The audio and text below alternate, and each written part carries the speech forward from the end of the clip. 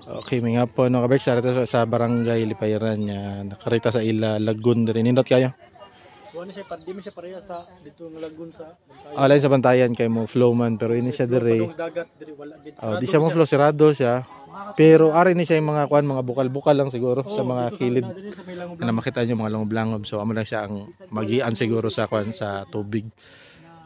Kadindot diri ay kung himo ni siya nga kuan tourist spot. Guwapo kay ni diri.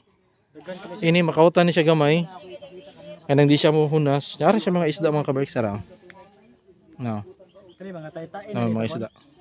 Tilapia. Oh, nasa kilid no. Na maitumit. Oh. Na dito sa banda dito nga ko may mga isda siya mga kaberks. Di lang kay kami mo kadto dito kay basi may mga tunok na ni diri ba. May mga tunok nga ra. Pwede ka makaubog. Na. Naubog si Katunay. Na. Ano gapo kayo? Pwede ka patunga. Ari lang Ya, ano? taas-taas siya. Taas-taas na siya. Tanawin mo. Taas-taas siya.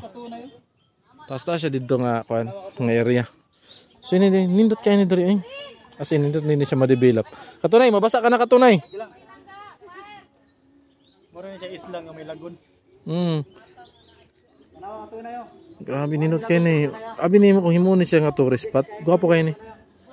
Bisan mga local na lang, bisan diri taga Lipayran, pwede kayo. Mo income ang kansin mo income ang barangay possible kung gusto mo. Kaya kami mga vlogger kami, pero ganan kami mga sama sini.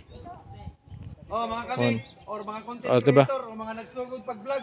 Ako gid ni sa imo bubuhat. Katunay yo. Ano ba? Buwis buhay talaga to. Iya, nindot ta Katunay yo. Buwis buhay na to. Inay dra Katunay yo, basa ka. Magbagyo, maabot kami diha. Dasa.